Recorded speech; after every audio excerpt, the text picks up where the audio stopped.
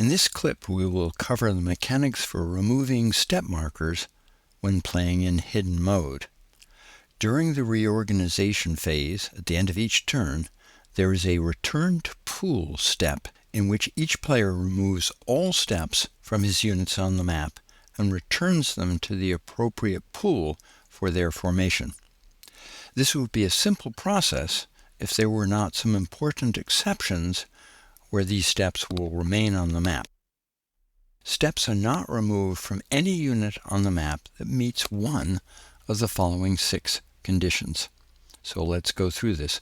The first condition is that any time that 2 units are adjacent to each other, neither of them will return their steps to the pool.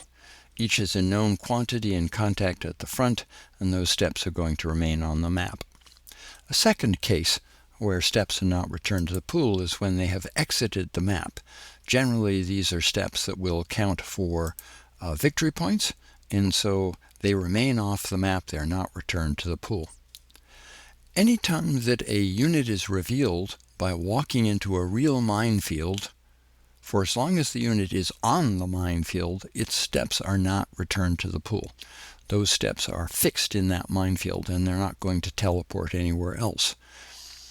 During the next return to pool step, in a following turn, if this unit had exited the minefield, then its steps would be returned to the pool.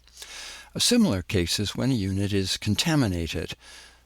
No steps from a contaminated unit are ever returned to the pool.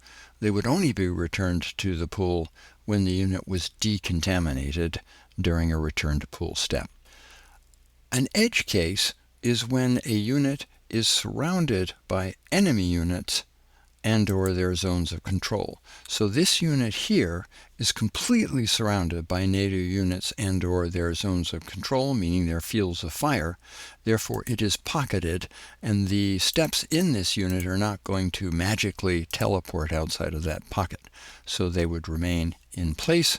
And then the final case where a unit keeps its steps on the map is when a formation has got units on both sides of a major river after conducting a ferry operation or an amphibious crossing. In this case, steps are not going to magically teleport across that major river. So if a formation has conducted a ferry crossing or an amphibious crossing in the current turn or the prior turn and still has units that are on both sides of a major river, then none of those steps are returned to the pool.